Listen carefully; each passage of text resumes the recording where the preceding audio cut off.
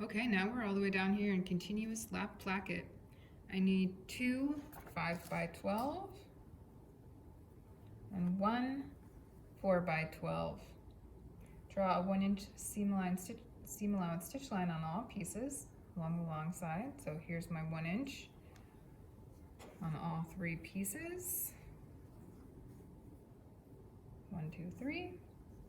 And on the 5-inch wide pieces, draw a mark at 6 inches. This is your halfway mark. So along this line, find your 6 inches and make a dash out into the seam allowance. I'm gonna do it on both pieces.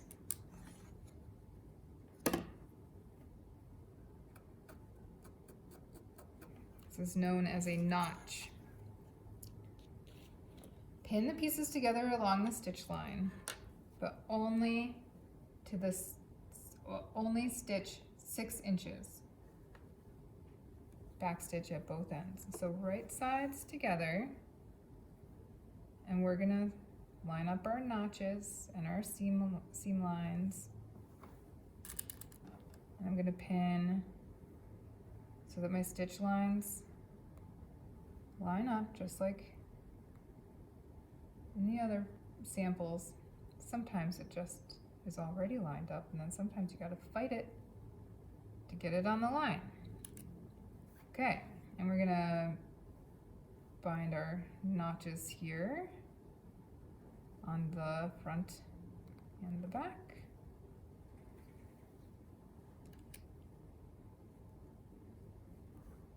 Okay, now I got it. I'm gonna stitch only 6 inches to the halfway mark, back stitching at both ends. So here and here. Oops, I need to switch out my foot. So I had it on zipper foot. I need to put back the number 1 foot. I also need to check my settings that my needle is in the middle position.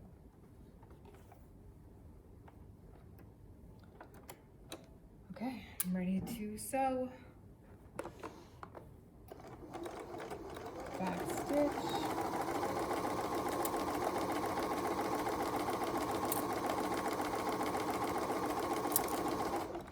And then just right up to the mark, not beyond it.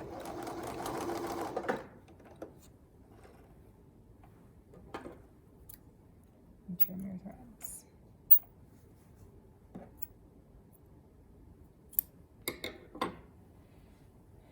Clip to the stitch line at the 6-inch mark. Clipping is this way, perpendicular to the stitch line. And you want to clip right up to it, but not through it.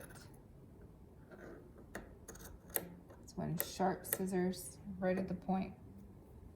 So you can just go right up to it. But if you go through it, then you've just undone your stitching.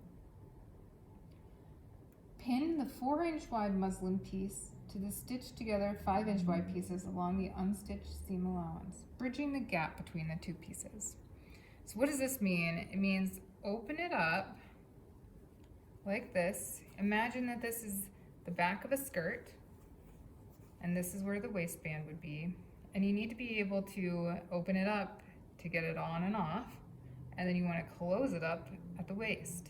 But we don't want to just have these raw pieces of fabric here. So that's what we are doing. Now we're going to turn it this way and pretend that this is one long continuous seam. We're going to bridge the gap. So we take our 4x12 piece and right sides together. So this is the right side to the right side.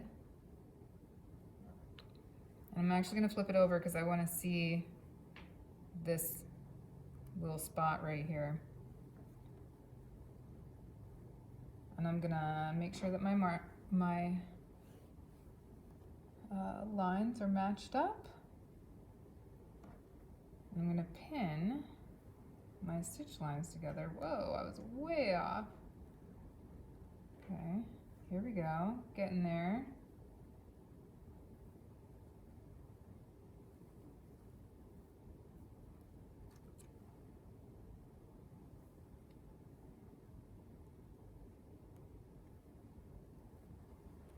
I'm gonna pin down at this end. We'll get to the bridging the gap part next. Oops, I'm off the line. Ooh, wrong direction.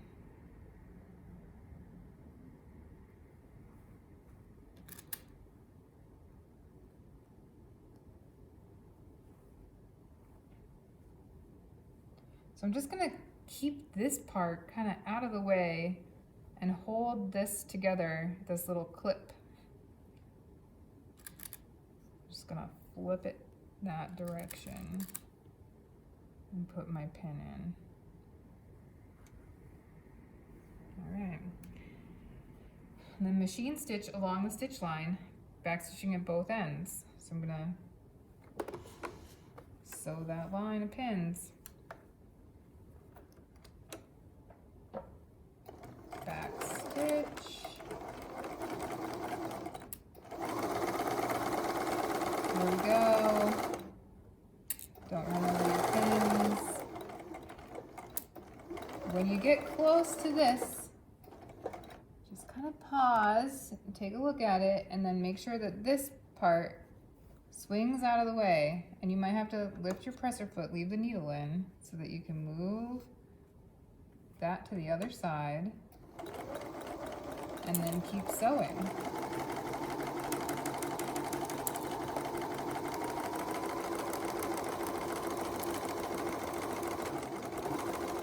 You should have made like a perfect intersection, that we had this seam and that we sewed that seam right at a T, like that.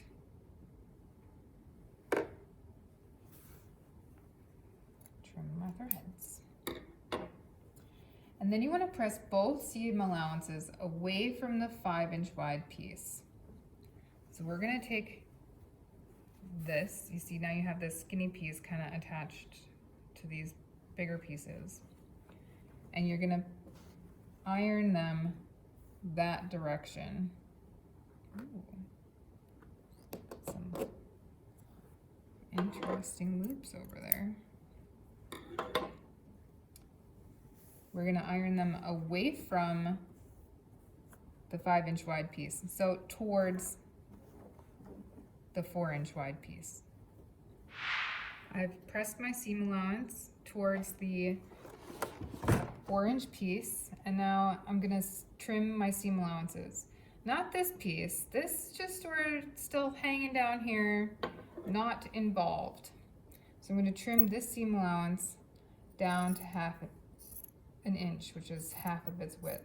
And make sure you're careful to not cut the piece behind it and not cut your fingers.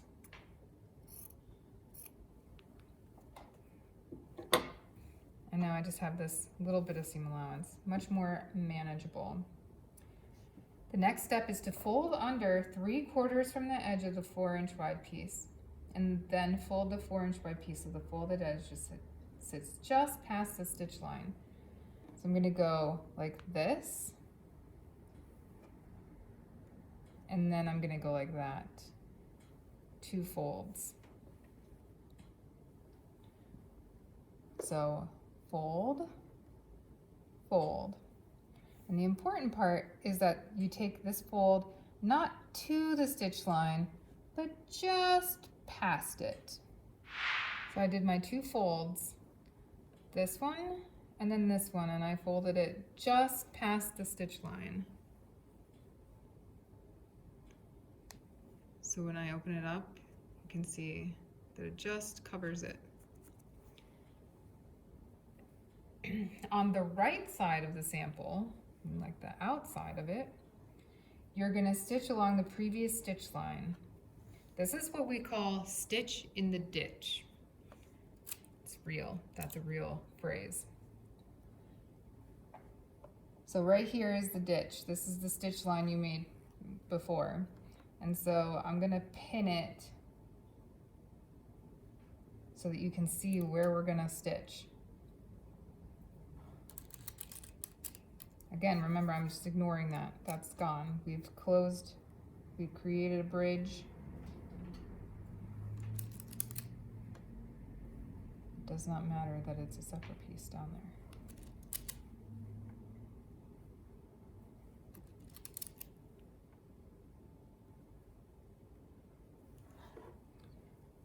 So you're gonna stitch in the ditch, and on the back, you see that's why the fold had to go just beyond the stitch line so that I can grab a little bite of that piece of fabric.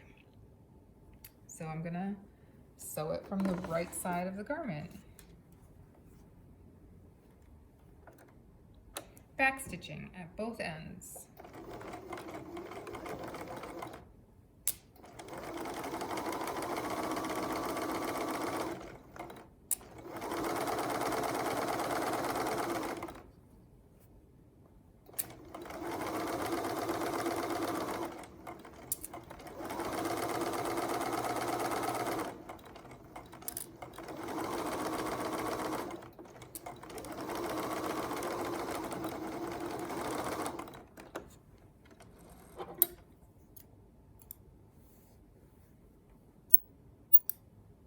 Now when this is a thread color that matches the fabric, that would just go away.